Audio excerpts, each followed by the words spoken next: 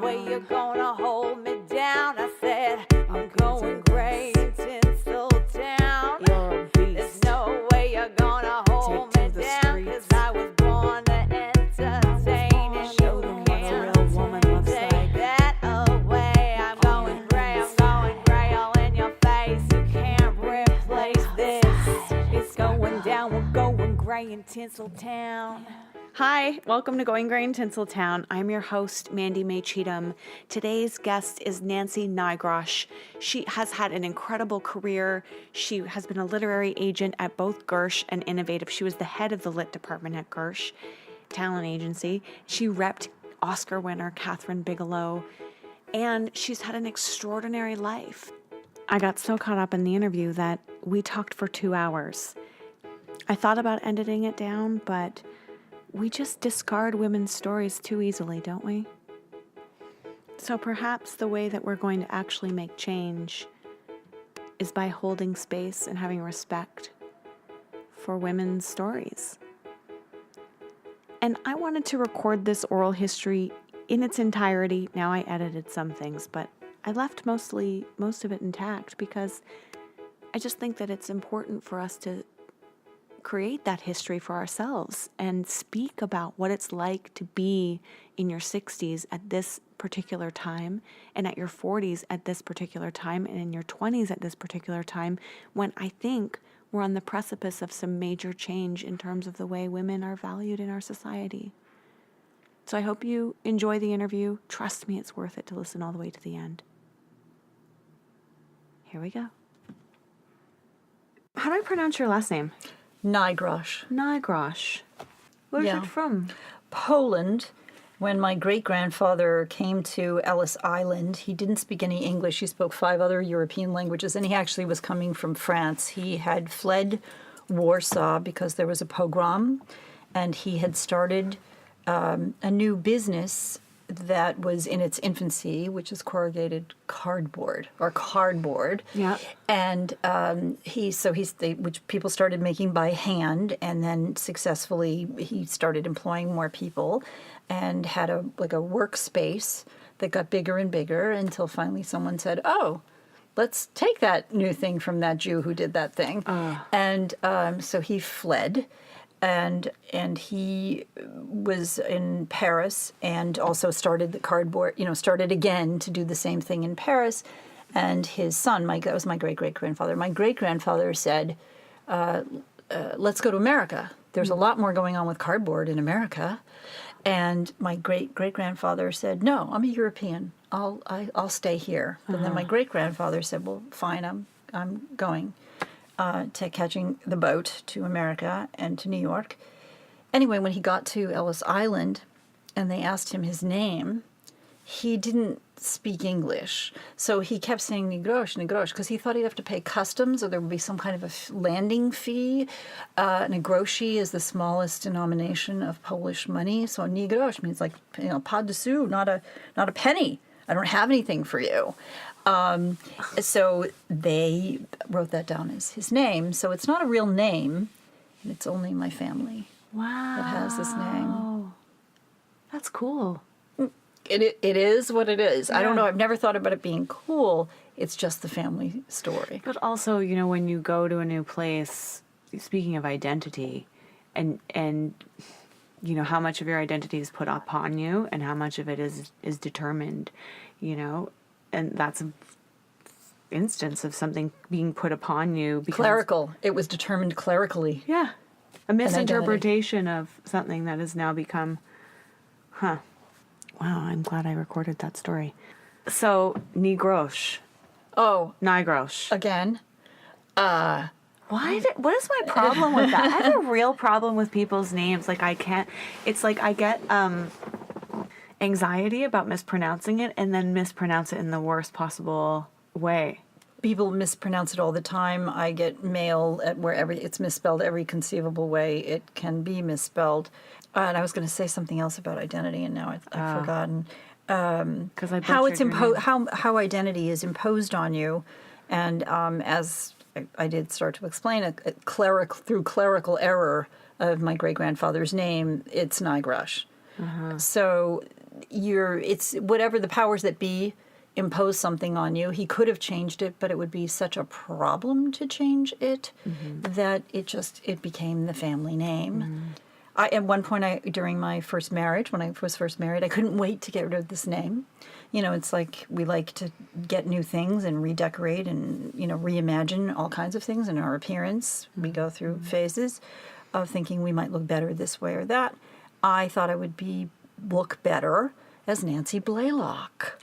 My husband's name was Blaylock.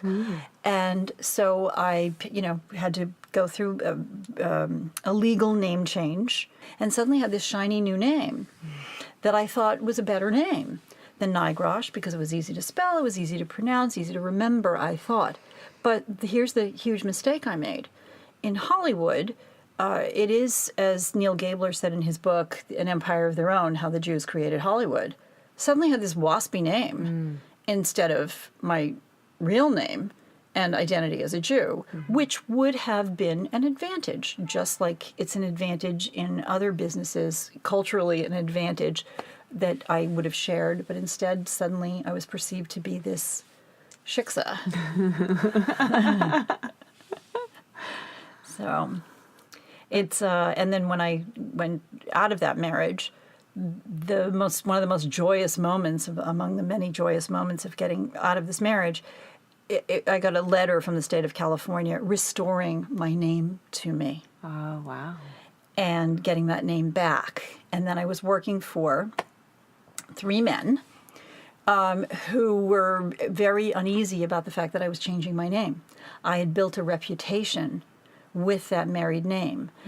In fact, at one point, I thought maybe I would open up my own business and it would have had that name that I would have had to carry potentially for a business reason.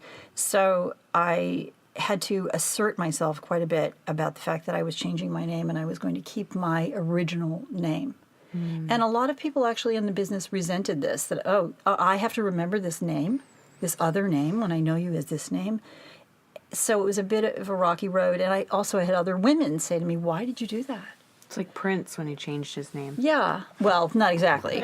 But other women said to me, they kept the married name even though they didn't want to, because at that point I didn't have children. There was maybe that component to it too. But the idea was, if you established your professional presence and your career under a certain name, it would only be common sense to keep it. So I checked common sense, and I used to sign all my letters, formerly Blaylock, underneath my name, until finally somebody, tapped me on the shoulder and started calling me formerly. Oh, that's I did funny. that for 2 years until everybody learned the new name. Right. The new name, which was the old original That's smart, name. but also transitional, I guess. Isn't that so interesting? You build a career. Like, what an investment is marriage anyway? And then you're also investing in this new identity for yourself. And when it doesn't continue through the next phase of your life, then suddenly you have to disengage with also yourself, not only the marriage, but like yourself. Well, and the self that I had become, I had really magnified that name, which was helpful to him in his career. Sure. Through my effort. Yeah. And it's hard to speak about this in that sense because, not that I care about hurting his feelings, which I don't, honestly. Honestly, everybody, I don't care about it. At the same time, he has privacy too. I guess it's that I was the breadwinner, and so I was the one that really magnified that name. And then I didn't want it because I realized it's me.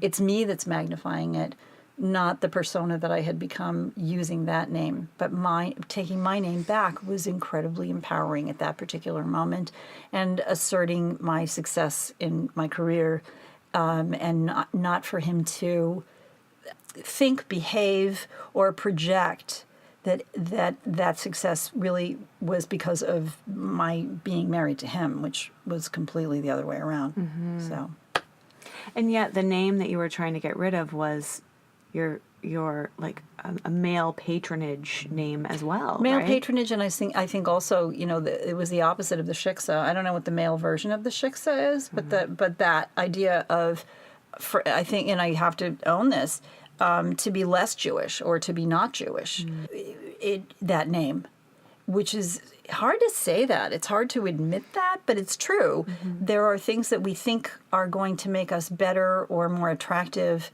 that we're, and in fact, we're betraying ourselves. And we believe that having some other quality, whether it's your hair or it's plastic surgery or just other things that you do in your public presentation, that you think are going to make you more acceptable, which really was not. And ironically, in Hollywood, it didn't make me more acceptable. But the girl that I was from Boston, inside that woman who was establishing her career in Hollywood, she believed that it would make her more acceptable. Right.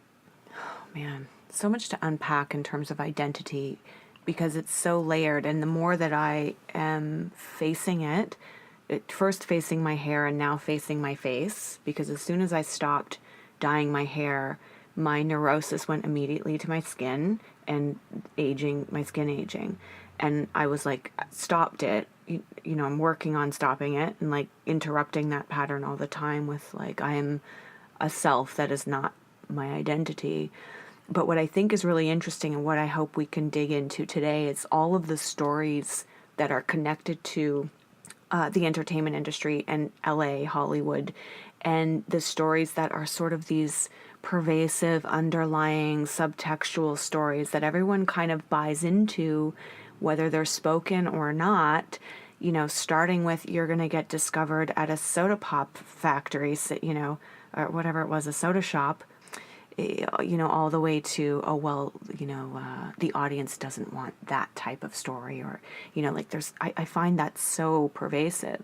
So how we are constantly trying to recreate ourselves to fit into this ever-changing, elusive. I don't think it isn't ever changing. I think it's the same. I think it's probably the same since the silent era, where a lot of the women that starred in those movies were teenagers. So, it is about the teenage girl who, basically, if you go back to the caveman era, you keep, the thing that is fertility, a fertile young girl, most of people didn't live as long as they did now, but the idea of, the younger the better, the more healthy, the more children that you'll have. Even though that sounds absurd now in the modern era, but I think that there are things that still, like our lizard brains are still actively influencing us. So in Hollywood, that idea of being, as young as possible and looking as fertile and fuckable as possible is still the same ideal. I don't think that has actually evolved one iota or changed it in any way. And do you think that culturally in other parts of the world, now we're so global that it's hard to disconnect from those things, but back when Hollywood was starting, I wonder if it was the same in the UK or in France or in China, or, it seems to me like the stories that I've heard about Eastern culture, for example, is that there's always been more reverence for wisdom and history. And, but what is it about? Not necessarily for women. Women had to bind their feet in China to look like children and stay immobile, and maybe in a worshipful pose, and men could do anything. The influence of cinema from Asia or Europe hardly had the same kind of impact that Hollywood did. So those archetypes, I think, impact, even though those countries maintain their own national cinema and artists from those places, but the impact, the global impact, the thing that created these iconic ideas of a Hollywood whatever, use Hollywood as an adjective, we all know what those things mean. All of us do, since it started. And even more deeply, part of this project for me is looking back into the canon of fine art. I was reading this book, Cleopatra's Memoirs, and it's a modern day historical fictionalized novel. But I thought it was so clever what the author did. Caesar had sent Cleopatra mosaic of Venus, and she was having it installed in the palace, and she said to her girlfriend, she's like, "Oh, look at how beautiful she is. It's just impossible to live up to that standard." Yes, because women look in the mirror. I think this is an aphorism that someone said to me. Women look in the mirror. They don't see someone who is attractive. All women think that they're unattractive. All men think they're attractive. I'm sure Caesar never bothered to compare how he looked to any other image or person. He saw himself as a powerful person, and was able to get in touch with that power, and as a result, become more than influential in his role at the time as a general, as a consul general, and emperor, and God. Why do you think women aren't allowed to form their identity based on their achievements or their career? Because their achievements, the only achievements that women have traditionally been valued for in virtually every culture, and I'm going so far as out on a limb to be an authority, and this is all, the breadth of my knowledge is what it is, which some people call extensive, and other people would say, you hardly scratched the surface, is that women's accomplishments have always been tied to how much she helps her husband and also the success of her children. So the success of your husband, and your contribution to that success is highly praised. And if your children succeed in some way that everybody can agree on is success, you're highly praised. But if your husband fails, you were a bad wife. And if your children fail, you were a bad mother. Wow. I have never thought of it that way, although I know that I have been conditioned and always had a fantasy of, being the woman that stands behind the man. Even though I've never behaved that way in my life, I always had this, Jackie O kind of fantasy. But when you say that also about the child having a son, and there's always this disruption for me when someone asks me what my son does. And he is very happy with his life, and he's 26 and he's doing his thing and what have you, but I feel my daughter is 26 and has also a non-traditional road. Everybody assumes, she must be in law school or something. She's your daughter, and I'm like, no, that's not that was not her choice. Yeah. So and then all those cliches of what is valued for a child to be successful, or for a husband or a partner to be successful, are always in material terms, or about being influential in some fashion. It's not the accomplishments that you're allowed to have are very narrow. You're allowed to be a good student in school. You're allowed to be pretty. You're allowed to be competitively pretty when measured against other women. And then it really narrows down once you get married. Then everything that you do is defined by how successful your husband is. And good for you if he's successful, because you must have helped with that. And if that's not the case, and you made a poor choice, which is entirely possible, to marry someone for the wrong reasons, as I can tell you on husband number 3, and finally got it right. But other relationships that were like marriages where I didn't make good decisions about that, for the reasons that women don't make good decisions. They really are influenced, I think, in so many ways by their families, by our culture, by their education, to not make the best decisions when it comes to marriage and other things too. To be chosen, I think, is the story. Yes, to be chosen by a person who appears in whatever the world of that moment is, to have some level of status. That, the name that I already, that there was some status there, not just the WASP thing, which is part of Hollywood. Hollywood, though created and run by Jews, the actors were, for them, or even if they weren't WASPs, portrayed that as the highest level of the highest strata of society. People who had the most wealth or influence were, those were the characters we really liked. And sometimes they were allowed to be shallow and to be villains.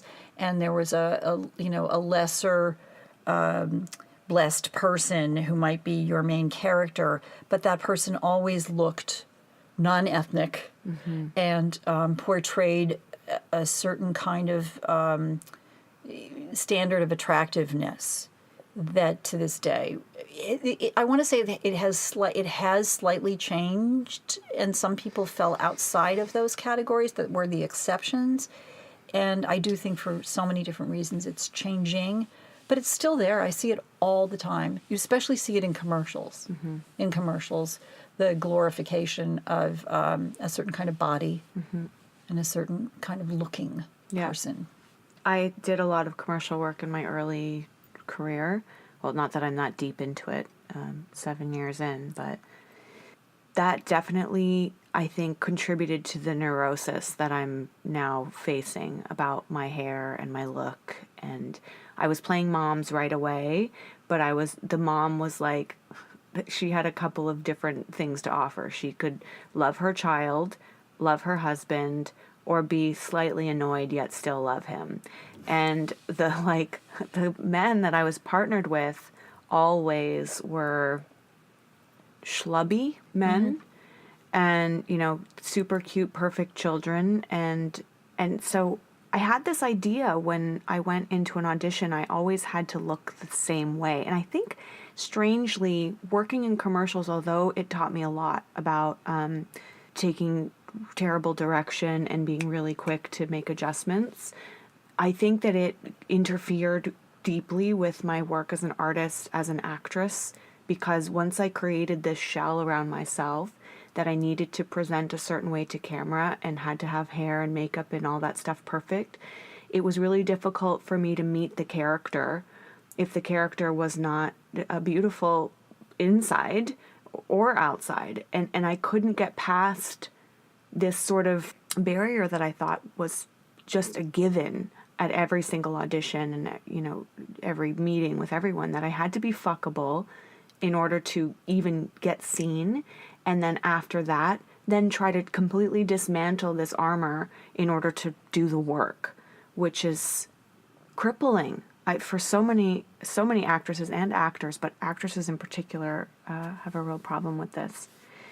I think all women in their workplaces have a lot of problems. Really? But when you were saying that, the portrayal of the attractive, fuckable wife makes him a more successful character. And, he's a winner because he bagged you. Look at you. And everything is perfect, which really is, I thought you were going to say, you would talk about which makes you look and feel more shallow.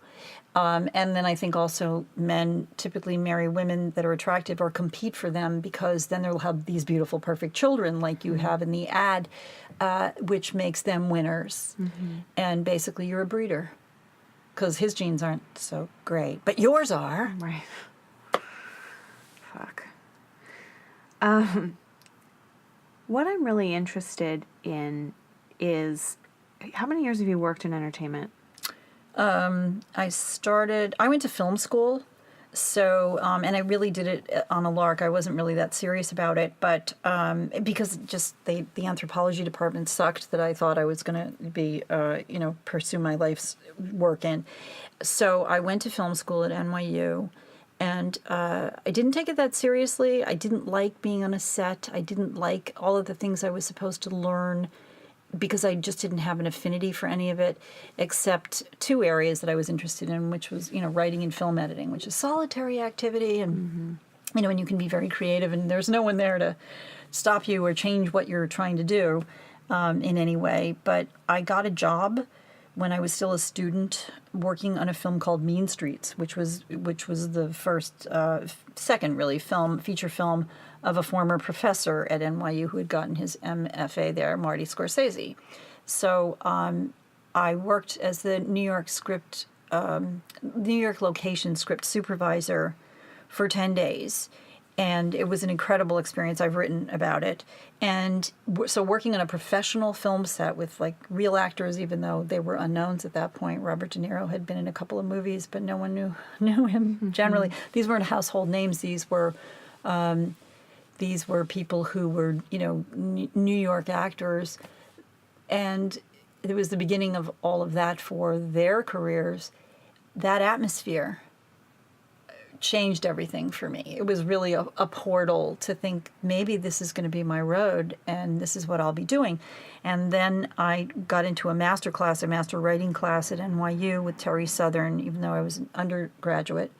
And Terry Southern had written Dr. Strangelove and Easy Rider. He'd been nominated for an Academy Award.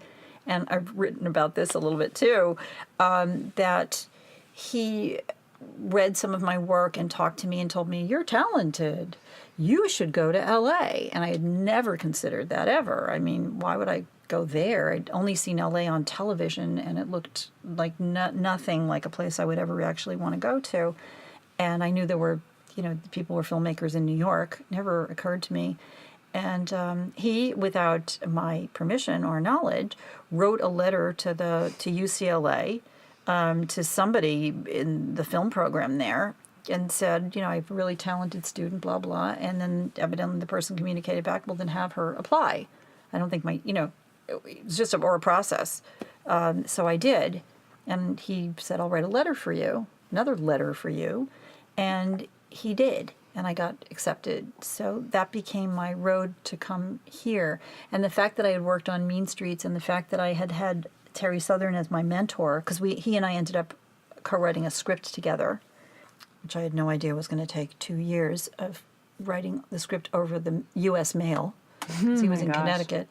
Because I had done those two things, I was suddenly in this space with other people who had gone to NYU, who are now in the AFI. There was this little nexus of 70s little, film school kindergarten kids, and I was one of those kids, and that's what got me here. So what has it been like starting in that space in the 70s? I was a student, so I did have to make. I was in an MFA program, so I had to make another short film, and I had made at NYU. I had made short films there too, and then edit them. I ended up was not in the mainstream of the business, although a lot of the AFI kids were working on. Some of them worked on Orson Welles' film Fake. Other people worked on some more professional productions. I was like ahead of everybody because I'd worked on a real movie that came out and won the prize at Cannes. But I wasn't really in the business until I started. Somebody asked me to edit because I evidently people saw the edits that I made, thought they were good. So I was hired to do a PBS series, and I worked as an assistant editor in another feature. So I was really in the. Yes, I was like touching Hollywood while I was living in Los Angeles, but I was really pretty much on the periphery until I started reading as a reader. And then through an acquaintance, somebody asked me to read something, and I went to girls' Latin school. I knew how to summarize literary material, and I knew how to present it back and analyze the quality of the writing, and it was very natural to me. So people started asking for me as a reader. So that's how I started. But I always felt like I was still, at this basic level of entree, and everybody was struggling to move up and get recognized for whatever they could contribute. And more I could see that I was ostensibly I was in the writing program and supposed to be a writer, but I found writing to be lonely. I didn't like being isolated. I was in my 20s. I wanted to get out. Yeah. And I found it just not a natural thing to do. So I met a literary agent, and this was but by this point, it was the late 70s. I want to say 1979 even. 80, I met a literary agent at a dinner party who started telling me about her job, and I thought, I am perfect for that job. People had very negative ideas about what agents did, and still do. But I thought, I don't care. That's a good job for me to do. So I ended up at another dinner party in another situation mentioning that this was a goal of mine. And there was somebody who was an agent there who said, my assistant's going on vacation for 2 weeks. Let's see if you really want to do this. And you can sub for her for 2 weeks and see if this really is what you want to do. And just long story very short, I worked on that desk for 2 weeks, and from the moment I did, we had these headsets, and agents would dictate into a dictaphone what the deal was that they had just made, and then you'd play it. You'd have this little playback machine with a foot pedal, and you'd type the terms of it. And anyway, it was for Adrienne Barbeau, and the deal was for a film called Creepshow, directed by George Romero. And I'm like typing this all up, and it said the terms of the deal are as follows, and I lost my breath. I was like, what are they? What are the terms of the deal? What do they do? How does this work? And, those moments where it's really like what the French call coup de foudre. It's like lightning strikes your head, and you suddenly realize this is your fate. This is connected to your fate. So I was still in Hollywood kindergarten and worked as an assistant, and that's another story in terms of how I became an agent. So aging in the industry. I want to hear about it from the perspective of someone who's not in front of the camera, because that's a whole other game. But I actually don't think it's that different. It's not in many ways, because you're not in front of a camera, but you're in front of the town. The town is a really small place, and it's an insider place. So whatever people see with of what Hollywood is, they see what is presented and through the media, and sometimes those things are very filtered, and sometimes they're embarrassing for people, because the filter doesn't protect them from the scrutiny of the public if they do something bad or something wrong. But in the insider world of Hollywood, you show up a lot. And at this particular time in the early 80s, you would go, before we had all the devices that we have and the ways that we gather information, you just went out and you got it by showing up in person at studios and networks. So, and you're doing this from the space of a corporate environment of being an agent, which has a very corporate mentality, and it's a reflection of the corporate mentality of Hollywood as a factory, which is as a business, which is what it is. I was the only woman, so I became the head of my department. I was the only woman who was the head of a department, and I kind of doubled down on my femininity, because I saw other women looking like librarians, so that they thought they could blend in, or people wore pantsuits, and I just didn't want to. I didn't want to be either one of those things. I already had a complex that inside I was like that I was this nerdy librarian, substitute first grade teacher girl, because I had been educated a certain way in Boston, and I walked and talked with a person like that, and my name was Blaylock after all. So there was a part of myself that was being so suppressed, and at that time I started earning more and more money, and so I went for Hollywood glamour. So I wore, pink Conbria lipstick, bright pink lipstick, shoulder pads. It was the era of the big shoulder and the big hair. I didn't have the hair for the big hair, but it's not that I wore a lot of makeup. I didn't, except for the lipstick, really. But I wore beautiful clothes, all of which I got on sale. So it magnified what appeared the appearance of prosperity, which people expect agents to have. Even though I was a young agent and I was competing with other people who had, were driving around in Bentleys and had huge houses. I didn't, but I was competing with those people. I was competing with men, who had been there for a decade or more, who had already elevated themselves materially. So women know how to look. I don't know. Like money. Like money. Yeah. Thank you. That's just like money. Yeah. And so I looked like money. I was the head of my department. I had this job. I was doing it really well. And I was going toe-to-toe with negotiating deals against lawyers who'd been educated at Harvard and Yale, because those are the kinds of people that come here, are the people at the top of their classes in places that have a lot of status. And I had been taught, I had great mentors, who were, of course, both men, who had taught me how to be an agent, because all agents have master agents. To this day, the business, in spite of all the technological changes, it's still exactly the same. You start as an assistant. Everybody started as an assistant. Even people that you don't think were ever human beings, that they're such gods, they started as an assistant, as a schlepper. And you work on a desk, And if you behave a certain way, which really is what people call if you get it, because most people don't get it. If you get it, then you're valuable. And I was lucky that the agent that trained me was my age and saw me as a fellow traveler that made him better. And he departed the company, and basically I lobbied, which is another story about how I did it, because it's kind of a story, but I lobbied for this position, and they gave it to me sort of out of entertaining themselves. They assumed that this little girl would fail, and it would be just hilarious. They really just didn't really have enough of a hand in my origin story at that point in time, although later they certainly did.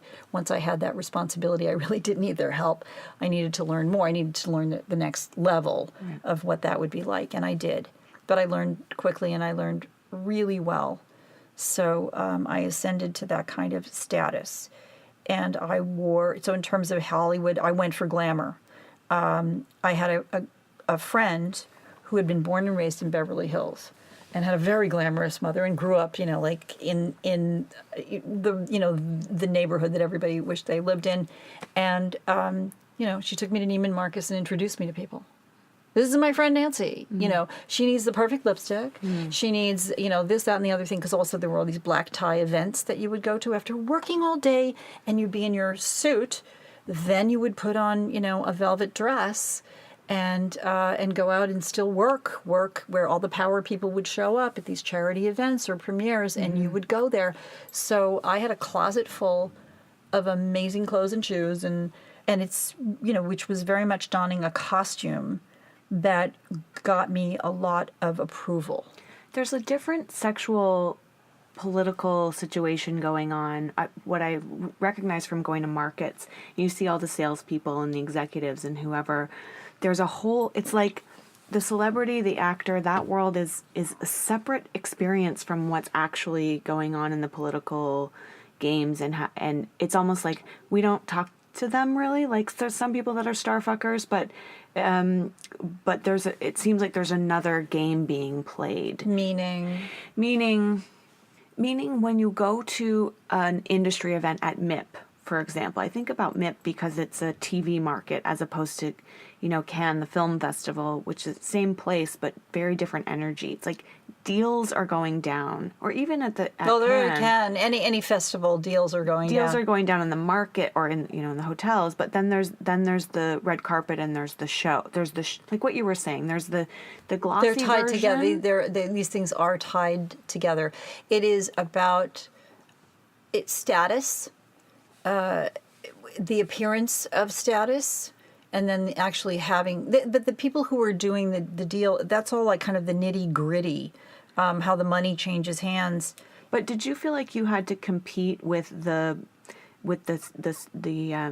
female star, the actress, as the terms of fuckability? No, absolutely. I had to look glamorous, and I did. As I said, this friend of mine who introduced me to everyone at Neiman Marcus, also then that translated to, I had another friend who was in, at Saks, where people, would call and tell, come in because there's something for you. And it's Hollywood. They've been doing this since the dawn of time, where the stores would cater to people whom they knew had to wear a certain kind of wardrobe. Some people were stylists who styled people. I didn't really need that, but I also, I was a size 4 I'm fortunate. I don't even try. That's, and I was tall. I could do, and I also just in my life, I had a fashionable mother and a fashionable grandmother, and I knew how to do that. But I was still inside the nerdy girl who read books. I always felt less than. Certainly actresses seemed ridiculously attractive to me. And they used that power for their careers, which I don't blame them at all. It's a tool to manipulate men. And, you're talking about a town where, I was 5'8", and I would wear, stiletto heels and towered over most of the men that, you'd be sitting down at lunch and then you stand up and, and they'd be like, then they'd head for the exit, unless they kind of liked that idea. And but I didn't know how to use that power. It's funny. I mean, in retrospect, and even at the time, or soon after, looking back at that time, I realized that I didn't take advantage of what I looked like, because I didn't think that I looked as attractive as other women. When in fact it's silly. When I see pictures, it's, of course I definitely would have passed somebody's standard of attractiveness, and even very attractive. And I didn't know that at the time. I only, like every woman, I magnified my flaws. Did things change when you started to dress the part? Did you find that It was still a lot of pressure. It took time to get dressed and make sure that it was like putting on a performance. Yeah. But it worked.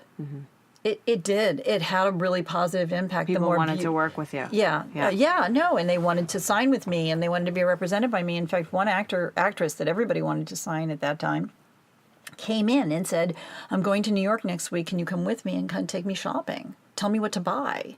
And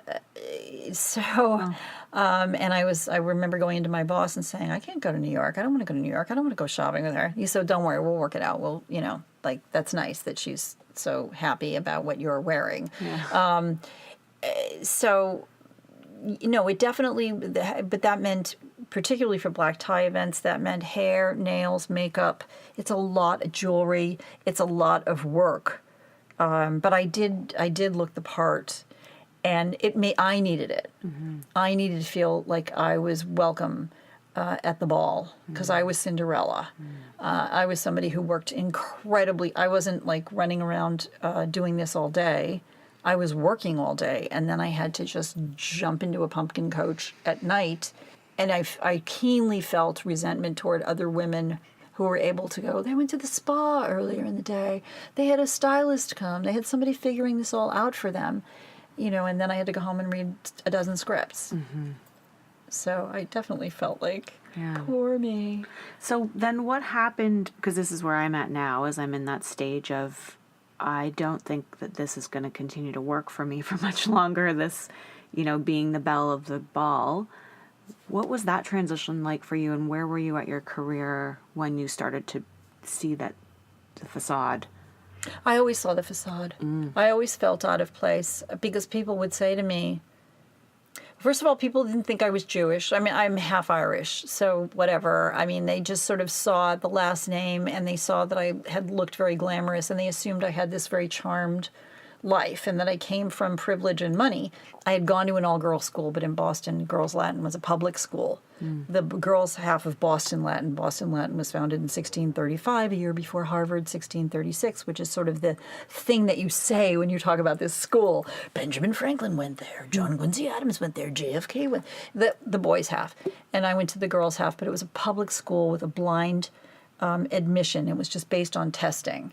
And if you tested well, you got in, and it was very competitive and very difficult. And I got a classical education that would have cost a fortune in a private version of that. But everybody assumed, because I had that education, that appearance, and they just assumed that I was a very privileged person. So I was very unique, very aware of the facade, how important the facade was, and that I had a facade that was working.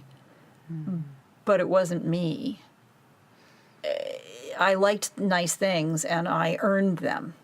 I didn't value them in this. I valued those things. I thought they were pretty, but I didn't value them in terms of the thing of being that whatever the male gaze is, and whatever the Hollywood gaze is, which is through a business lens of where you are in the pecking order, is not being attractive. Is maybe going to give you a point, but the work that you do, the reputation that you have, how important your clients are, how you handle yourself in the work that you do as an agent, that's what really determined my status. And I did my job really, really well. As a result, that sort of lent more approval. But definitely the ballast for the approval, I see it more clearly now that I'm not looking at all my flaws, was my appearance, for sure. What age were you when you stopped working as an agent and decided to begin work as an educator? Well, that's sort of a two-parter. I was turning 40. I had worked for 12 years as an agent, and I was, I guess I was pretty much at the top level, and I planned on staying there. And then I met my daughter's father, who was also a person with a lot of status in terms of what he did, and I looked the part. I mean, for him, I looked a certain way. Based on my job, my wardrobe choices, my appearance, my manner of speaking and communicating, which was another one of those situations, as I had mentioned, after my first marriage, I divorced, got my name back.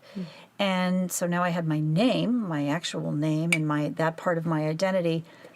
But like a lot of powerful women, and particularly at that time, it was lonely. And I had already been married to a man who I was the breadwinner, and I really didn't want to go through that again. So I met someone that I thought was a person who actually had higher, more powerful relationships with celebrities, because mine wasn't about celebrities per se. I did business with the representatives of those celebrities, and in some cases intersected those people. But he was hanging out with those people. That was part of his job. So he seemed like a powerful figure to me in some way. And but the things that I admired about him really had nothing to do with that. And I met him, and then 2 minutes later I was pregnant, and realized that that was all based on illusion on my part as well as his. I was 40 at that point. So long story short, his business was based in New York. So, and also I found that very few women had been able to balance or even have or maintain the careers they were having, and also started having children. And it was a very complex time in terms of how that was happening, because that had never happened in Hollywood before. This was the 80s, and there were a lot of women who had been presidents of studios, or they were extremely valued and essential. And there were lawyers, producers of production company, people or staff at production companies, and at networks and studios and independent places. So suddenly, women were either having children or not. And I was not, because I didn't really have a partner. Then I met this man who became my partner, and suddenly what was more important to me than anything was my daughter, we moved to New York for his business. And typically, I'll just interject this, typically women in any business, we're all like Marlene Dietrich at the end of Morocco, where she's standing in the sand with the high heels. She takes them off and follows the Foreign Legion. Women will follow men anywhere. It's certainly not the other way around. When a woman gets a job, she doesn't come home and say, guess what, we're moving to Cleveland. I got the job, I got it, but we're moving to Cleveland. He doesn't go there. Women always go where men's work takes them. Which is why I loved Friday Night Lights. Did you watch that whole series and how it ended? I did not. I saw episodes. If I had a client who directed episodes, I saw them, but I did not follow I didn't have the kind of life where I could be a person and follow shows. I just looked at videos that clients did. Well, spoiler alert, but he ends up moving for her job because she's been following him around their whole life and setting up her life wherever he's working. And he ends up leaving and following her. She gets a job at a university running their HR or something or recruitment. It's really beautiful, the ending. Well, see, now it singularly stands out to you, doesn't it? In the, Flower in the Desert, that a man did that. And perhaps we're living in times where this can change as women. And I also wondered about this, like going all the way back to when the military where women started being able to enlist in the military in the 70s. They had to do everything that men had to do. There were virtually no adaptations. I thought, how's that going to work? So life was very much a reflection of that, and certainly in Hollywood. And I had been a childless. I would go to the bridal showers, and I finally, wouldn't go to them anymore. baby showers. I wouldn't go to them anymore. I'd just have a gift delivered because it felt like this catastrophic loss to me that I would never be able to have that. I would only have this success, which I felt like a very privileged prisoner of at that time. When I found out I was pregnant, I was overjoyed, but I was with the wrong person. So that was, that had its own really challenging aspects to it. So I left. I folded my tent at the height of what I was doing. And I say it really with the assertion that I was happy to fold my tent in the sense that my daughter needed me more than my clients, more than my employers, more than the infrastructure of power that I had been connected to. I did it perfectly freely, but at the same time, I look back on it, I think I probably had a lot more choices if I'd been a different person than I was. I was in many ways a very insecure person, that all the privilege and the appearance didn't help with that. So I left, and I left for 5 years, assuming that was the rear view of what I had done. I had this life in Hollywood. I was an agent, and I had this career. But that would then going forward, it would be in the past. By happenstance, God laughs when you make plans. I was invited to return back to California. My marriage was breaking up. The person that had trained me at the first agency I worked at had called, and we just started talking, and the person who was running his lit department had left to go to another company, and he said, yeah, I guess I'll figure it out, unless, of course, you'd be interested in coming back. And I pulled my whole life together. I was living in New Hampshire in a teeny tiny town surrounded by 1 million acres of the White Mountain National Forest. It was very idyllic, but I had not a penny to my name, which was another story of that marriage.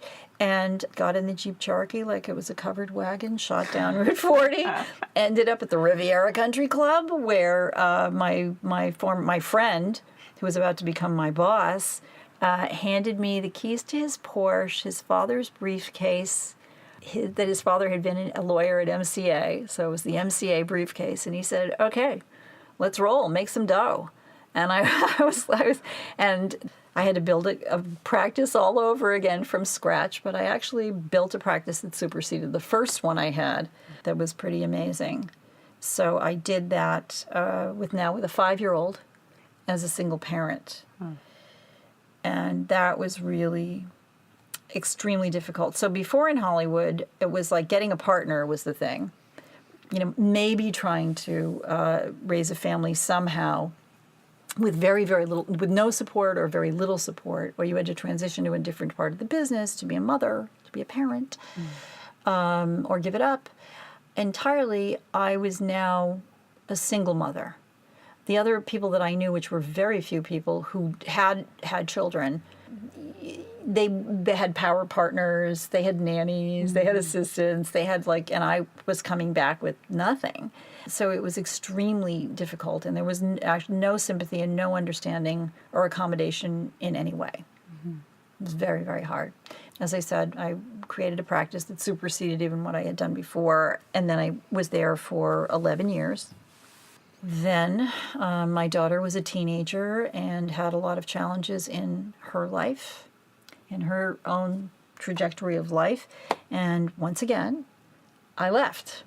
So I left when she was a baby and chose her, and I chose her again. And so I retired for the second time, because when people would call the first place, where is she? What happened? She retired. And they would literally say she retired to become a mom. Wow. And in this instance, I just retired. Then I went back to school and to graduate school in the digital era and got 2 master's degrees. And I thought that would be my road. I would teach children who were and teenagers who were at risk, and they were illiterate in English and Spanish. And I thought, okay, I have a gift, I think. I'm very well educated. I'm very motivated. And I want to be able to also specialize in this arena of teaching writing, teaching children how to express themselves. Because I think if you can express yourself, if the world were a place where everybody could express themselves in one fashion or another, in this instance I was thinking about that being writing, where you see your own voice back at you, that it would certainly reduce violence, because I see violence as is the inability to express yourself or be heard, to the point where you got to fire a gun to get the attention and and the level of participation that you're craving. We were talking that earlier with regard to misogyny in men and their inability to express the feminine in themselves creates this like doubling down on misogyny, because they're so, appalled by what their connection to their own mothers and their internalized misogyny because of it. Women too. Well, those were grandiose ideas that I had. I was going to, reduce violence in our community in some fashion, or at least that seemed to me that was a thing that I could do. I wanted to offer that, but I had no idea of the perils ahead of me. In the educational system in Southern California is awfully different than Boston, and I didn't realize that I was the wrong gender, I was the wrong race, I was culturally the wrong person, the wrong kind of person, I was the wrong age. I mean, you name it. It was a checklist of things that I didn't fill what people wanted. Not at all. That's so interesting that the power dynamic is just as important in that Yes. environment as it is in Hollywood. No, absolutely true. And also I was older. I was in my 50s. That was also, not in people who were in their 50s were people who had been teachers for 25 years. That was okay. They could be in their 50s. And people didn't literally look like me. They just didn't. People were middle-aged, and they looked middle-aged, and I, to them, still looked pretty youthful. Everything about it, I just got such a sense of whatever the opposite of being welcoming is.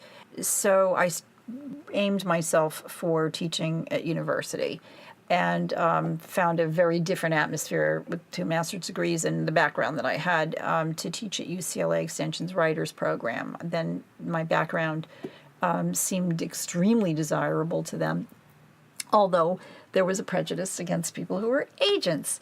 So, their attitude was I couldn't teach screenwriting, even though I had a master's degree in screenwriting, and it represented writers and helped them grow their careers. Because I wasn't a writer, I was a bit coming from this other space. So that was another thing of being discounted, because people hate agents. I mean, that's truly, agents are, first you're the holy grail. Everybody knows they need an agent. Everybody wants an agent. And we've talked about this before. And then once they get the agent, it's like you're instantly devalued. Instantly you're dishonest. You're probably doing something nefarious, or you're a thief, and you're a clown. And you're not working hard enough, and everything's your fault. Everything's your fault, and Yeah. they didn't really need you, and you really didn't do anything. So, and so that. But then I ran into Linda Venus, who was the head of that program, and I said, "Well, you know what? I don't really want to teach writing. I'm going to teach people who are aspiring writers how to have a writing career." And that's an entirely different thing. What do you do when you're not writing? And she was stopped in her tracks. She dropped her pen. What do you do when you're not writing to have a writing career? And then people would say, oh, networking and branding. That's it. You have to do those 2 things. And I said, I never talk about those things. That's not what you should be doing. And so then she became curious. What is it? And I said, well, look at my syllabus. I'll create one for you. And I did. So I started teaching those classes. How to get an agent and launch your screenwriting career. Very long title that they came up with for my class. People in those classes were absolutely stunned. That they would say, no one's ever told me any of this before. And basically I just gave them a lot of the mechanics of how the business works, and also what I call the agent's rubric. What's that rubric? Not who are you, really. What are you doing that the agent can see as really reflecting and understanding that it's a career, that the activity you're doing is not solitary, and it's not an escape from the world. It's about joining a business. And how does that work? So, but I have experienced absolutely during the course of my life as an agent, just even saying my profession, you are extremely overvalued. Oh my God, I know you. I have a great idea for a movie. Can I tell you? And and this must mean something to them. It's like when people see celebrities, It's not a neutral atmosphere. They immediately think this is significant in their lives forever, that they encountered you at close range. Similar for agents. But then there's this double-edged tension. They don't really respect you or value you. It's only what you can do for them. And then when you start to even retreat a little bit from this incredibly strange, unhealthy dynamic that is now filling up the air in the room, then you're a horrible, evil, terrible person. Oh, God, it feels like I was trying to explain to a male friend of mine last night. I went out to a bar. A friend of mine was DJing. And, going out is a new experience with my hair like this. That's a whole other issue. Your hair like this looks great. Thank you. It really does. It's amazing. And I think it's very, I instantly I'll go brave. It's brave. But it's cool, too, that you're just owning, this is what, the grand design of what we are, what we're made of, and that we're constantly trying to stifle it. And manipulate it is ridiculous. And apologize. I mean, I'm even still in my language apologizing. So this guy was hitting on me, and I was feeling. What were you just saying before that? I forgot what my point was. What were you talking about? That's what comes with the gray hair. Oh yeah. Because what I believe about the gray hair and all these other things, which is if do you know about Wabi-Sabi? No. Is it Wabi-Sabi? Am I getting it right? Oh my God. I'm pretty sure in Japan it's the appreciation of the artfulness of aging, including decay. That so when flowers die and we throw them away immediately, we have to throw them away. We can't see that, but there's an appreciation of the different quality that the beautiful takes and is still beautiful. That I think it is called Wabi-Sabi, if I'm getting it right, unless it's from a sushi menu, but I don't think so. And so when something is cracked or chipped, it's still beautiful. When you look at distressed, furniture or floors, it's sort of it's a bastardization of that idea that the object has experienced life or is that time. Where they fill it with gold when there's a crack in it? No, that's something that's called something else. Yeah. And the Japanese don't really do that. We do it now. Now we call it vintage. Yes. When something is vintage and it's clearly vintage, it's not that it looks new.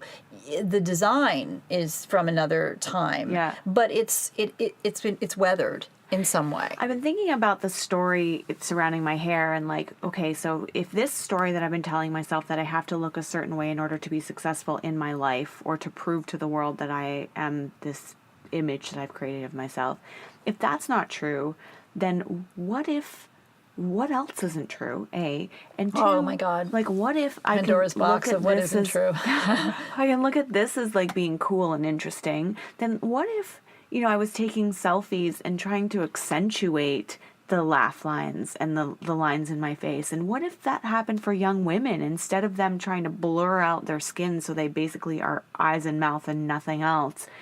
And breasts and body. Women are their bodies. Yes. But what if we showed those other parts of ourselves? That some people do. You know how there are people who, women who run art galleries seem to be able to age and look amazing. Yeah. Every body type for a certain kind of woman who owns her age. I'm always so impressed by that, and I admire it so much. Because they probably have other concerns, that spoil their day. Well, some people say, going gray. I've had banker friends. I remember in my 20s, one guy I was dating was saying, I can't wait to get gray hair because it will help me be taken more seriously in my career. That's funny. No, it's the opposite in Hollywood. Yeah. But here's the thing. This is a real thing. There are people in their 20s are now getting their hair dyed gray, particularly gay men from what I can tell of a person who dyes as a hairdresser, and there's this big request. And some hair doesn't take gray very well, and it can take several applications, and it's complicated and expensive. Yeah. So look at that. I have a theory about that it has something to do with a need for mentorship and a need for actually some sort of comfort or a change in that story that eventually I'm going to get old and die, and I need to know that it's okay. Oh, that's interesting. I would never have thought about that, getting comfortable with your own mortality and your own aging process. I just thought it was like a hip, cool thing that it, you know. No, and I it's, think it has something to do with mortality, especially that generation that went through 9/11 in their formative years and like has had this sort of big, in the Western world anyway, this big sort of facing death, you know, because my generation didn't really have that in our formative years because we didn't have any wars or what have you. But Right, but even when you've been through whatever generation you've been through, I think that it's the denial in our American culture, Canadian, North American culture, about death is so extreme, and aging. I think that's the only reason too why aging is something that is avoided and looked at very negatively, because you're getting closer to your own demise. Well, watching this come in the way it's coming in, like I'm not slowly going gray. I'm going from like passing for 30 something to Right. like, what the fuck is on your head? I mean, there are no women actresses, let's say, that when I Google that have gray hair that are over 60 or 70. In an agency where, I mean, I was I was a talent agent the last year that I worked as an agent, because I had done such a liaison from the lit department with the talent department, because a lot of actors transitioned into being directors or producers, a lot, Yeah. for good reason, which is a whole other conversation. But so we had this thing called the cheat sheet. Agents have a thing called cheat sheet, everybody, where you categorize your clients because it's easier to present them and sell them. It's not a bad thing either, by the way. Categories are not bad people at all, and all artists choose them. If you think about any artist that you admire, they chose a category for how they express their gift. So, but actors are divided by age. Like writers are not divided by age; they're divided by genre on a list, on a cheat sheet. So where you're aware of whatever their mastery is, their best quality for a writer. But for an actor, it really is divided by age, because like life, we're divided by age into an age category. That's one of the first things people notice about you is your gender and your age. Before they know your name, they can categorize you. That's life. That's this planet life here. So actors would be under 20, 20 to 30, 30 to 40, 50. You go off a cliff when you're 50.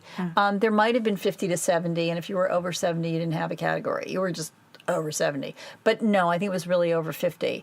But it's not who you actually are in human years, it's what you play. Yeah. Because a lot of people played under 20 who were well over 20. Right. So it's what you play. And some people will age up or they'll age down. Or age, meant the inflection the other way. People will age up. I can play older.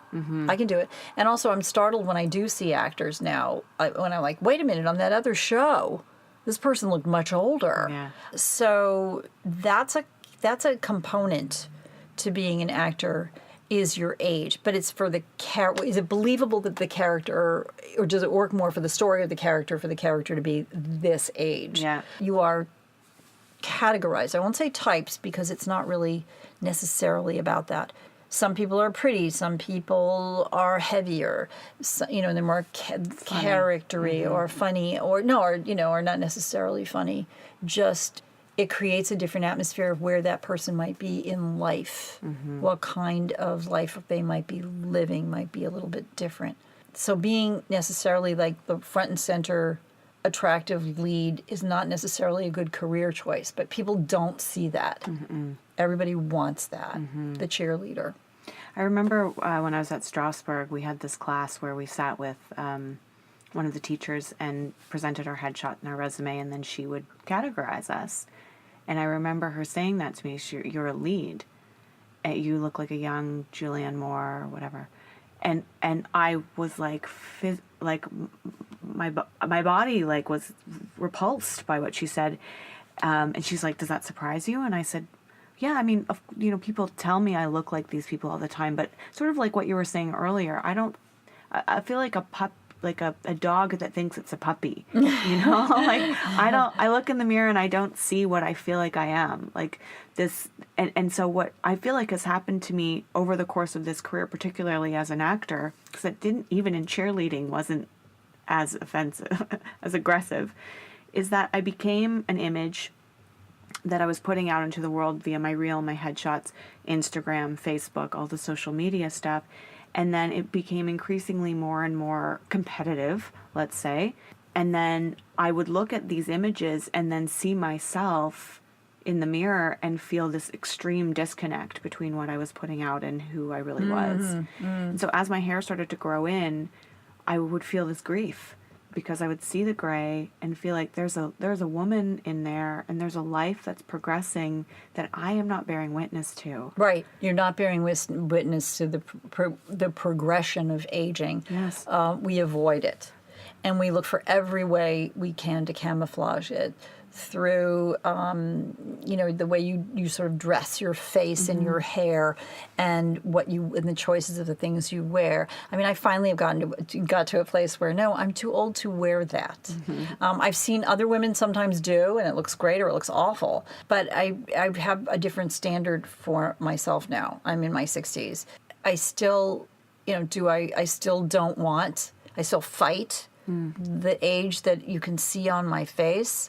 But I think that some people do the intervention of plastic surgery and it looks great on them because it's their bone structure is friendlier to responding to that kind of intervention in their aging process, if I'll put it awkwardly that way. But most people don't look the same and they don't look better. They look strange or distorted. I'm afraid I don't know whatever I naturally have and how that intersects surgery to I could look like a monster or look just ridiculous. And so the fear is greater. The fear is greater. Is so great. And then I've seen people do all kinds of other things, but I also am afraid of those things. What's your relationship like with your hair? Do you color it or what's your... I do. I wasn't blessed with your color gray, but I have gray. Like now I have gray. So it's there, but it doesn't kind of dominate because it's just that gray that's neither here nor there. It's the gray mouse now instead of the dirty blonde mouse. See, now this is one of the stories that I've been exploring too, is when I first went gray. A lot of people would be like, well, you can do it. But my husband has this hair. Really? He has silvery gray, and his brother has the same hair, and their mother had the same hair. It's beautiful hair. He looks handsome and fabulous in his gray hair. But if I can tell, I've started to do it a little bit and talk to the hair. It's not the fabulous. How gray. often do you have to go in and get, or do you go in to get highlights? Probably every 8 weeks or something like that. And I don't ever do it. I would never dye my hair like all one color because I think that an older person looks like a helmet, and you're not fooling anybody. That I never wanted to do. My mother was a redhead, and she did that for many, many, many years. My grandmother, who had jet black hair when she was younger, was like every grandmother in the 60s, had blonde hair and cat eye glasses. And she stopped dyeing her hair when she was 90. She lived to be 97. Wow. She was fine, and she finally went gray. She said, "I'm finally doing it. It's too exhausting." At 90. Oh my God. So I had this thing I'm 43, and I had this thing where I was like, okay, well, I really can't stand to do this anymore because it's every 3 weeks, but I'm just going to do it until I'm in my 50s, and then I will at least have established my acting career a little bit, whatever. And then I looked at myself, and I was like, are you fucking kidding me? 10 more years? Right. Of every 3 weeks? No. And I'm sorry, I was going bald. I was losing my hair. A layer of my scalp was coming off. I'm allergic to ammonia. Like, it was getting really sensitive, really bad. And I found stuff that didn't have ammonia in it and started to use that, but there was heat coming off of my head for 2 days after. Look at that. We could have such a big conversation about hair. For me, it was letting it go curly and having natural curl instead of straightening it, which is another thing that in our culture is it should be straight with little coils maybe that are, the Barbie coil. And that's it, not curly. Some people get away with it, and at first it was very hard for me to do that. And it was frizzy, and the way my gray hair is, it just looked very messy. So then I decided, it really took about 6 months for me to really totally and completely accept it, and get to a space where I knew what products that were not so troublesome or expensive that I could just do. And, basically I spurt water on it. That's all I do now. And then it's this. And I've accepted it, because also from straightening it, because at one point in my education phase of my career, I was the director of a writing school at a university in San Francisco, and I commuted from Los Angeles to San Francisco every single week. 4 days a week I was in Los Angeles, 3 days a week I was in San Francisco, and so I would get my hair blown dry. And my hair started falling out. Yeah. It was getting thinner and falling. But that was the appearance. I was the director. All eyes were on me. I had to be put in the public part of my job and show up. And that to me was looking well groomed, which is an absurd myth that we have in our society. I mean, look what our women of color go through, which is why people get older and wear a collection of wigs, because the damage that's done from straightening your hair, from the chemicals, from the heat, all of it. That's a hair alone for women. Huge topic. And women who have, very thick, long, flowing hair tend to keep it, because it's a source of power. Yeah, that absolutely I felt like was for me. And almost, especially in LA, I've noticed in comparison to other cities that I've lived in, people comment on my appearance and what I'm wearing almost every time I leave the house. It's just like a way to connect with people, which is so interesting, because wow, there are other ways, So I definitely, when I moved here, it became more of a thing, to the point where it started to, I felt, cripple me. I had to plan my life around my hair. Oh. Yeah. Yeah. Like when I was dyeing it, when I was blowing it out, when it, what days it looks good, second, third day, whatever. You can't go swimming. You can't. Oh my God, it's raining. Well, look at Trump and his hair. Yeah. Look at it's interesting that a man would have to even think that way. But I'm sure that some men do. Yeah. But almost all women do. You know where you are and where you're going to be, and some people have probably hair that's easier to maintain, a certain kind of hair that also has the appearance that's most acceptable in our culture. So they worry about other things, I'm sure. So Their weight or something else. I wanna ask if you see a difference between when you were an agent the first time, when you were an agent the second time, and when you were an agent now, in terms of how because I was different ages. That's true. Yeah. Before I was everybody. I think it was Carrie Fisher who said, everybody's hot in their 20s.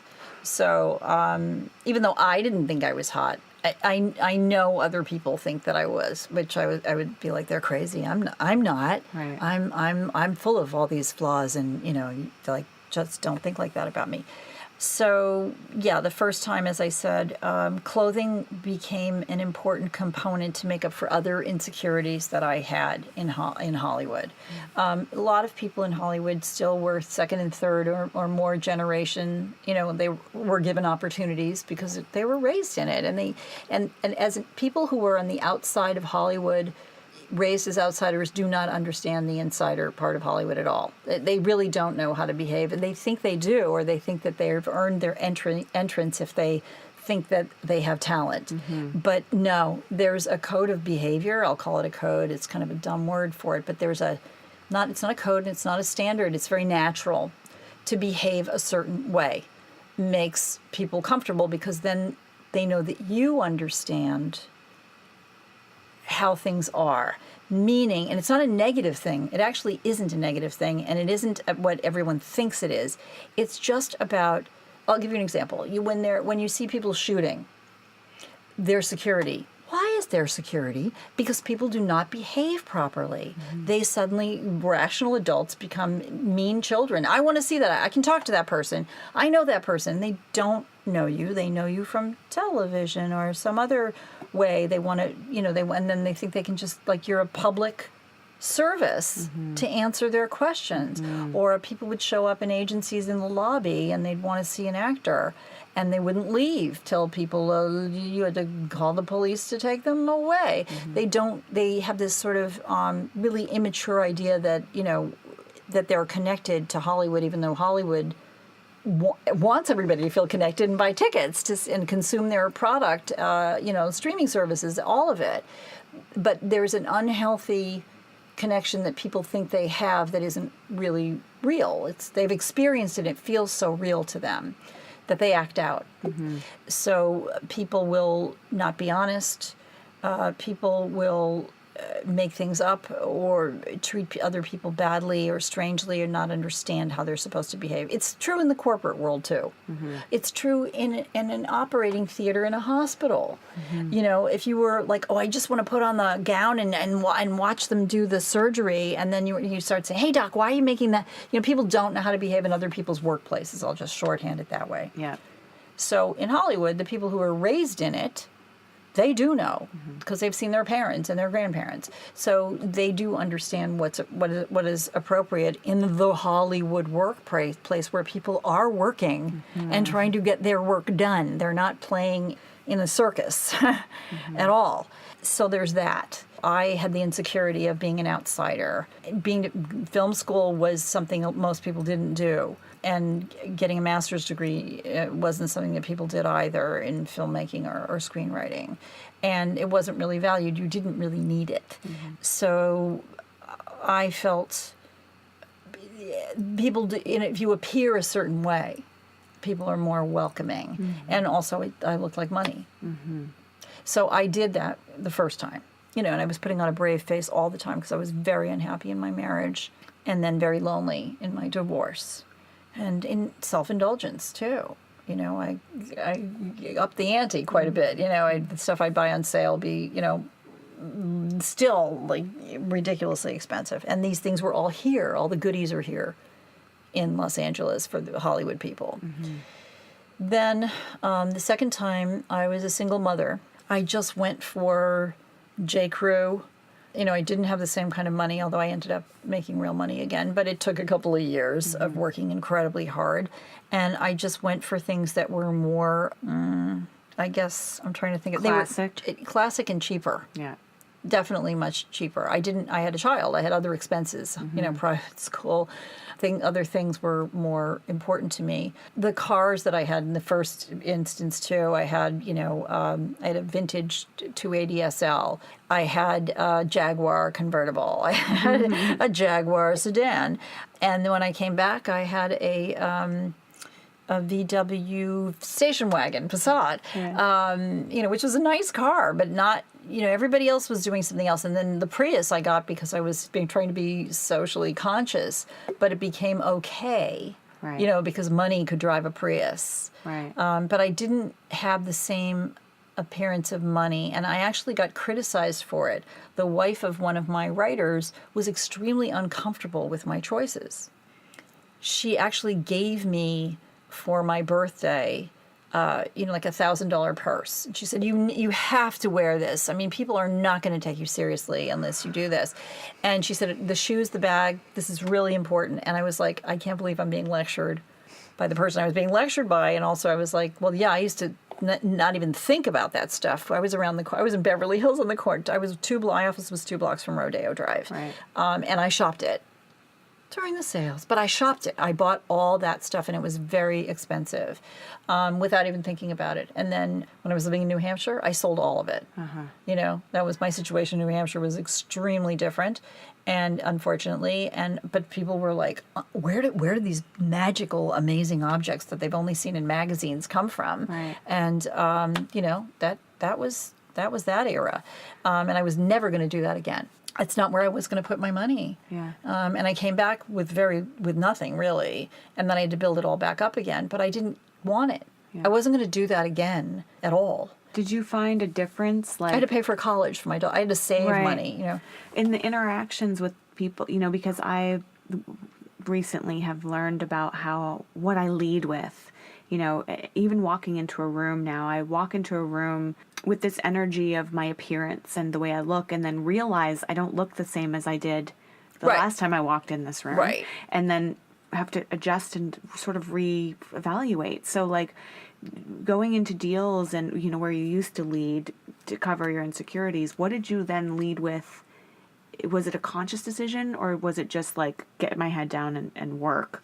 Oh no, I had to work. When you're an agent, if you don't create a revenue stream, you don't have a job. But you have to. You have a bottom line. You must book a certain number of deals, or you're not pulling your weight. It's really a simple formula, and that's true in the corporate world. So you have to eat what you kill. So you have to kill, which is the crudest way of looking at it. But I mean, I only saw it as I'm doing really good work. I'm delivering people they're helping deliver their entertainment. People need their entertainment, and people dream of being able to earn their living as artists. If that's what if that's what killing is, okay. But the second time was definitely different because my power came more from maturity in that sense, because I'd already had a really successful career the first time. So, and I came back, nobody handed me anything. Nobody did. I did get the Porsche and the keys to the Porsche, which I had for a whole week, and the MCA briefcase, and I was living at the country club on the second floor for a month. But then I had to create a place to live, my place for my daughter to go to school, a car to drive, a wardrobe of like office/corporate outfits that would just be welcome anywhere. And also we were in the era of not the pantsuit, but of the ensemble of the blazer and the pants. And you could pretty much get away with just looking really nice, prosperous, but not money. Right. It really wasn't about money for me. And I had jewelry. I had like lots of really. You had a I had resume, money. I had money. too. So I'd already done that. And when I was criticized for this by women, not just this one person that I mentioned, by other women, that I didn't whatever they said, but I couldn't remember the exact terms. But it was basically, you don't look like money. I would say, how do you know I don't have it? How do you know I don't own half the state of New Hampshire? Maybe I keep it in a safety deposit box. Because real money doesn't necessarily do that. No, I know that. You know that. Not everybody knows that. Yeah. But that was the position. But I had to say that. I had to say it just like that, so that people. I'd say I just don't. I'm from a different part of the world. I'm from the East Coast. I would just say I don't wear it. It's somewhere else. My prosperity is wherever I decide it should be. I had to actually say this to apologize. I didn't go to wasn't going to black tie events every 5 minutes like I was the first time. I was a single parent, so if people from the office went, the men would go. Because they could. And then the third time, which is very different, I am the oldest person there by far. How do I say this? I find some things they're not really, everything is on sale. I just, by principle, I just don't like paying retail for anything because it's so much money. You might as well wait and go get nice things on sale. But we're in downtown. There are all kinds of sources for inexpensive clothing that if you know what you're doing and you pull it together, you can look like $1 million. And also there are costume jewelry now really is creative and creates a little bit of a level of sparkle. But no one, I'm working in Venice in a house that's been rehabbed into an office. So it's not like when I was working on the Sun America building in the 28th floor and having a view of the coast of California where you're in, it's like being inside an architectural device that contains a city full of people. So but these are things that they're nice. And they're nicer than the people I work with oh God, and if they were listening to this, I'd die of embarrassment. Because they're at the beginning of their careers, so we don't earn the same amount of money. Everybody looks fine.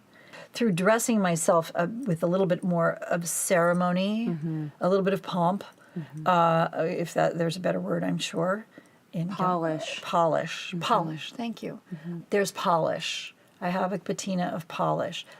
These things are, some of them they're a little more expensive, and some of them are just incredible bargains that I'm able to find because I'm good at that. Well, you buy. I've learned to buy pieces that are going to last me a long time. Yes. That are classic, and so I have 20 years of wardrobe where a woman in her 20s doesn't. Exactly right. know? That's exactly right. And you have the lesson of time, and what's good fabric, and and you've had the experience of like, no, don't go there. Yeah. Well, I know. go to Goodwill and look for the good fabrics. Oh, I know, 100%. Yeah. And you can pull those things together and look very polished and very individual. Yeah. And I would say that's probably pretty what my style. I'm not. The first one was polished, but going up to a flamboyant level in terms of. Excuse me. I was definitely emulating a higher level of expense of what I could afford. Do you think then that the financial aspect of your appearance trumps, sorry to use that word, the age? I do think when women are older, more jewelry, expensive clothes. I definitely see that if I shop at Neiman Marcus now on sale. No, they don't come to meet me at the curb anymore, in terms of what I was capable of doing there. But I still have my card. I still go there, during the Christmas week when everything is on sale. And I do see, well, I should go there on a regular day, but you do see people who are older who invest in clothing to make themselves, and they do look great. They look great, and who doesn't look great in great clothes? Everybody does. Well, there's, loving clothing and adorning this communication tool that we have, and then there's the identity aspect, right? Which is what I'm really interested in kind of dismantling is like, okay, so who do I have to be now in my 60s to thrive in this community? And in my 60s in the Hollywood community, I do look like a person who's polished. I still, I consider, I hate saying it this way, but I'm still the same size that I was. So I'm capable of looking healthy, whatever, or it looks, that is considered to be youthful, I guess, which is whether you're aiming to do it or not, it's considered to be an advantage. So, but I definitely, I think like my assistant would look silly in my clothes. It's because it's different. It communicates a person. I know my own style. It's definitely more authentic. I think, which is the answer you were looking for. Definitely more authentically me. Yeah. It's not taking a portion of my income, and it's things that I know. It's not costumey. It's what I like. Right. Okay, we could talk forever, Yes. obviously. Yes. The final question I want to ask you is about, as you're moving into the, next chapter of your life, the next 30, 40 years of your life, how do you foresee the, what did you call it? The Wabi-Sabi. Wabi-Sabi. What is Wabi-Sabi for you, and facing that in your own face and your hair? Yeah. Well, curly, which, my husband had said to me, I like it curly. And I was just sort of like, I hated curly because we're all brought up to value straight hair. Oh, I love curly Yeah, hair. see, and you have straight hair and beautiful hair. So the hair thing, I just decided I'm going to try to go as natural as I possibly can. Right now, this helps to actually, believe it or not, condition and make it sort of thicker by having whatever the process that's being used, which is sparing, but it's there. And also, I adore my hairdresser lives in Detroit, and he comes here for his clients. He still flies here, and I love seeing. It's a way to see him. So that's kind of a little of an unusual response about hair. In terms of the Wabi-Sabi, I'm trying really hard to appreciate the lines in my face and the aspects of overt aging that define the decade that I'm in. My neck, it's like Nora Ephron's book. I feel so bad about my neck because when you get older, that's definitely a huge issue, is this. How I deal with it, I see people on TV who are the pundits, or a lot of people who are elder statespeople or experts in their fields, and I see I look at immediately at their chins and their necks. And they are the age they are. Some people, and it's a question of genetics too. With what kind of skin you have, what kind of bone structure you have, you don't really know what you're going to get. I do think about that. I think about it actually probably.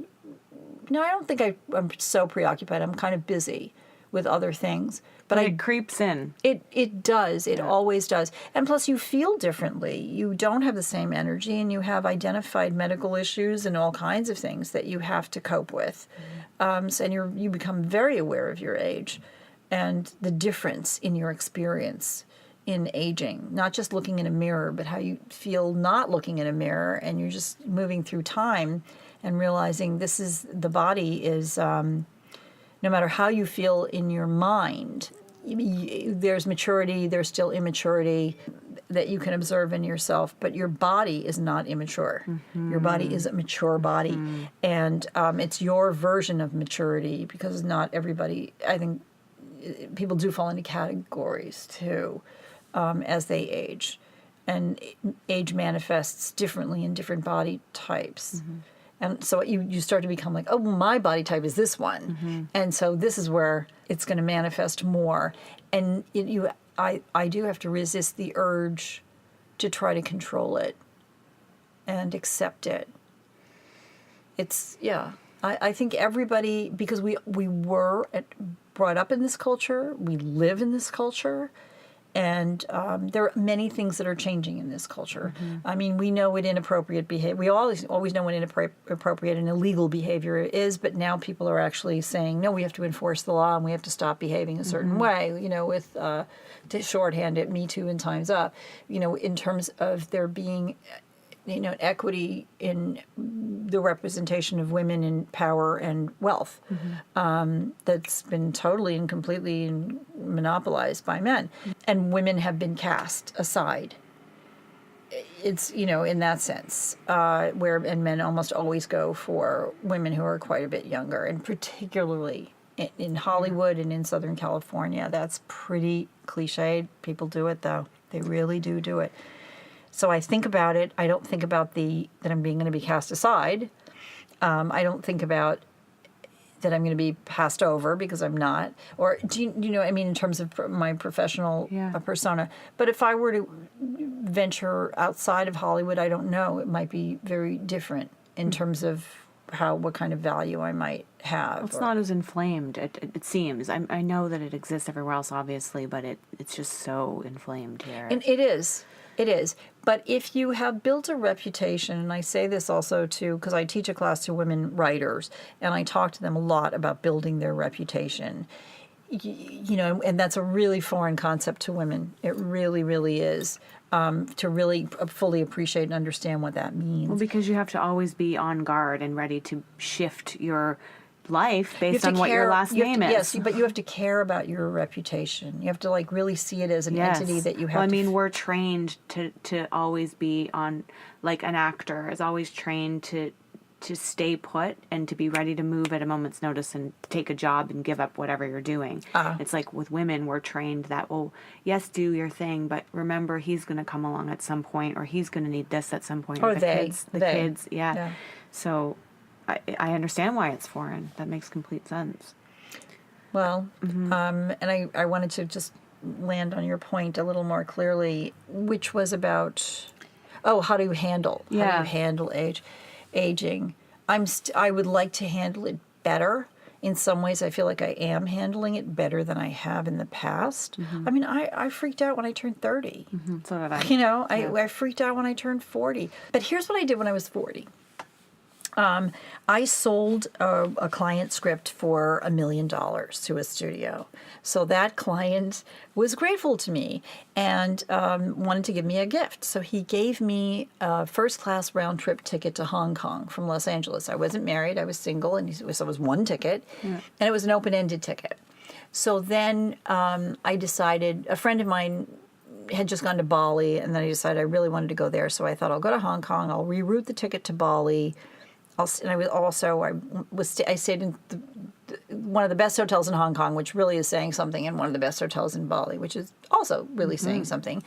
And I took this trip, and I started in Hong Kong, And on my actual 40th birthday, I got on the Star Ferry, in which is it's 15-minute ride, but it's the harbor, it's the South China Sea, and I went to the head of the ferry, and I had bright red lipstick. It was really had to be with a bright red lipstick that a girlfriend had given me, and just was in the middle of the harbor saying, "Okay, I'm 40, I'm alone. I have no idea how the rest of my life is going to be, getting older and older, but look what I've got." Yeah. And it had been given to me as a gift for a real what's the word for the zenith of deal making at that moment, from somebody who was grateful to me for having those skills to help to make that happen. So it's not so bad. It's not so terrible to be 40.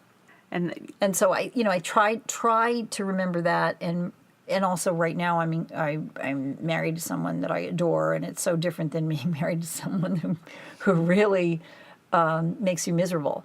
So and there are things that I have achieved, so I can say no. This is the next part of the journey. I am not my is skin. No, I'm not my skin. Yeah. Or that my skin is okay. That it's okay that I am my age, or that I look my age. Most people tell me I don't, everybody, oh, you don't look your age. And of course, I'm sort of pleased by that, because whatever people imagine my age to look like, something Gloria Steinem said something so great when she turned 40. People were saying, "You don't look like you're 40. You look so good." And she said, without missing a beat, "This is what 40 looks like." I'd like to be more like that about it. But I'm less insecure, possibly because of the circumstances of my life, of being given the job to do again, and coming home to somebody who is fantastic. I think if I weren't, those two things are so huge, and other things in my life that are good, I think I would have the energy goes there. It's like a place for it to land. Yes, but I think it would be more difficult if I was in a place of being disappointed, or feeling victimized, or if I had a really terrible health. A lot of things would make it harder. There's the illusion of control. That if I can control my hair, and I started saying this at 30. Absolutely. I know I'm aging, but I can control my hair, so all my focus goes there, and that's the thing I can whip around, so you don't and your actually skin notice and your what's clothes going and your on. shoes, all those things that you think you can control, but they're controlling you. Really is. I think for me, what's helping me through this is, even from a young age, I always looked at older women and looked forward to becoming older, and I didn't know what happened between 40 and 60. It never occurred to me, maybe even 30 and 60, but after 60, I knew that I was going to wear whatever the fuck I wanted and garden, or tell people off, or just be that woman, Okay, I can wear whatever the fuck I want, okay? If you're asking, what's it like to be there? And that planet of 60, yes, I can wear whatever the fuck I want, pretty much, unless there's a certain kind of occasion, then I still get nervous again, and I think, oh God, I have to do something that's at least appropriate, not conventional necessarily, but appropriate to the occasion. But I still don't have, and some things I can tell people to fuck off, certain situations, but I still am dealing with similar issues that I had when I was 20, when I was 30, when I was 40, that I still haven't completely coped with. But I will tell you that those issues are clearer to me than just the immediate sort of brain fog and fear that comes in. The brain fog and the fear are behind me. So now I'm looking at those things and saying, okay, these are my dragons and my demons. What I really should do is shake hands with them, and and make them my friends, instead of this tyrannical thing. And that has started to kick in. But as I said, I think the circumstances that I'm in, which I never dreamed I would be in, that are positive. I always thought, woe is me, and I'm going to be alone, and everything's going to be terrible. And so I'm not alone, and things are not terrible. Those things are very supportive of being able to take your demons and imagine them as friends. And I think, for me anyway, what's helping is looking at women such as yourself, and being able to see your skin and see beauty in that, And the more that I fall in love with you and your beauty, the more comfortable I am moving into that stage. You know? Yes, I get inspired by women that are older than me. Yeah. I definitely, there were some, I just thought, oh my God, if I could be like that person, it'll be okay. But you don't know, if you sat down and talked to that woman and interviewed her in a podcast, she might tell you all kinds of things. Yeah. That But isn't it amazing how hard we are on ourselves? But yet I see so much beauty, and I'm so grateful that your skin is how it is, because if there were no examples of women who didn't stuff themselves with, foreign objects in their faces, I don't, what would I do? I think that's true. I think it's, we wear, most of the women, I mean, and we're, when you see people on the red carpet, that's a lot of surgery, generally. You can see it. I mean, now we know what all that stuff, we know exactly what those procedures are, and we're seeing them. It is distressing. So what you're doing right now to me is inspiring, and you're inspiring other women by just letting your hair grow out and letting it be naturally what it is at this time for you. So that's all I think that's all we can do is try to enjoy those examples. I mean, look what Patti Smith did. She sort of plucked the hairs off the front, the little mustache and the lady beard stuff. She went all gray. She's a little more, I'll call it grooming, but minor and appropriate grooming, looking her age. Yeah. And she's beautiful. Yeah. So there are examples, but unfortunately most of the examples are in Hollywood.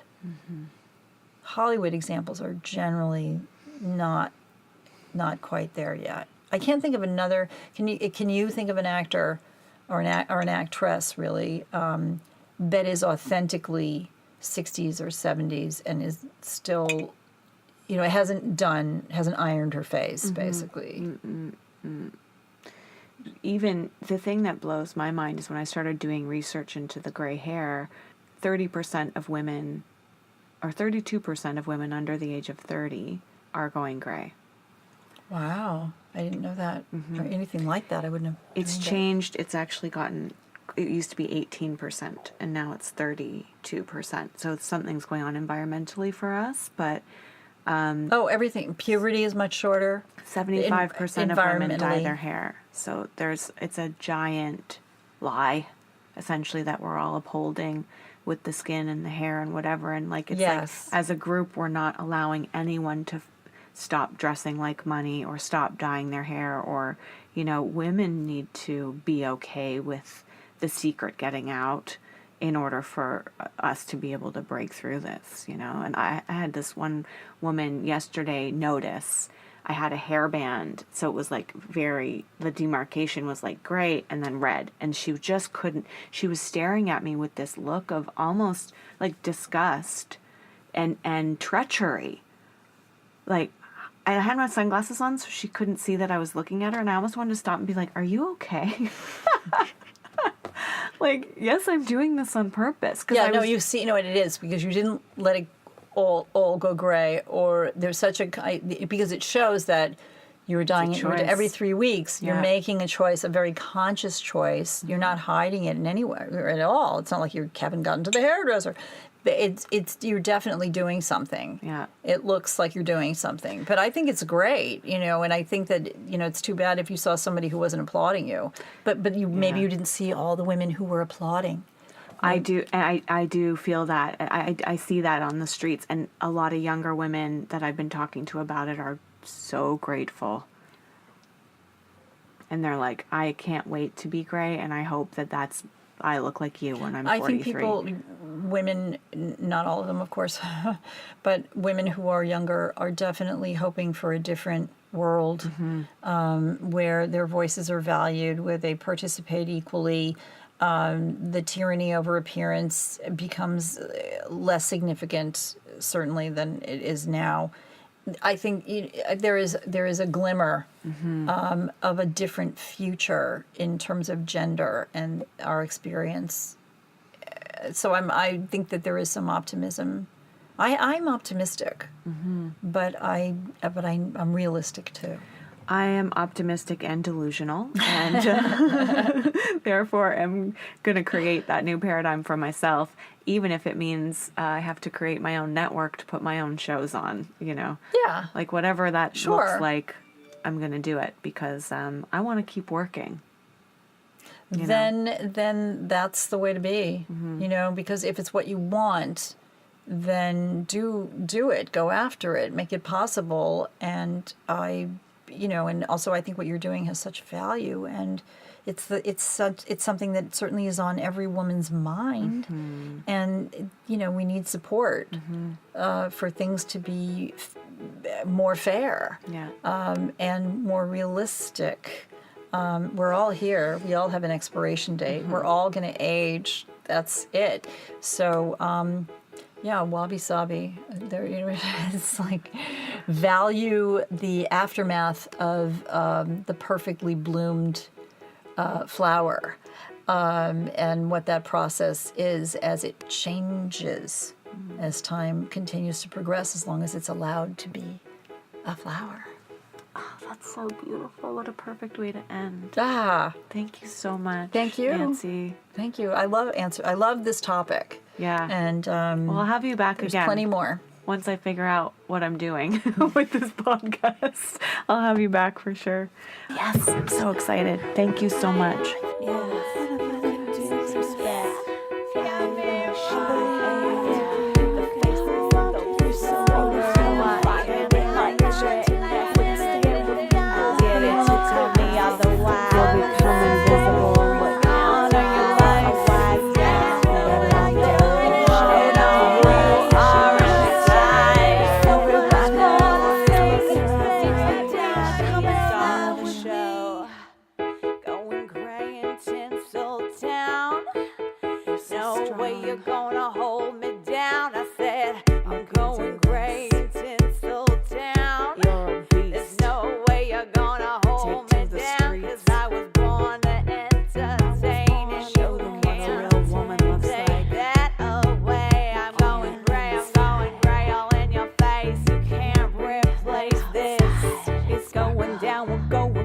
Tinseltown.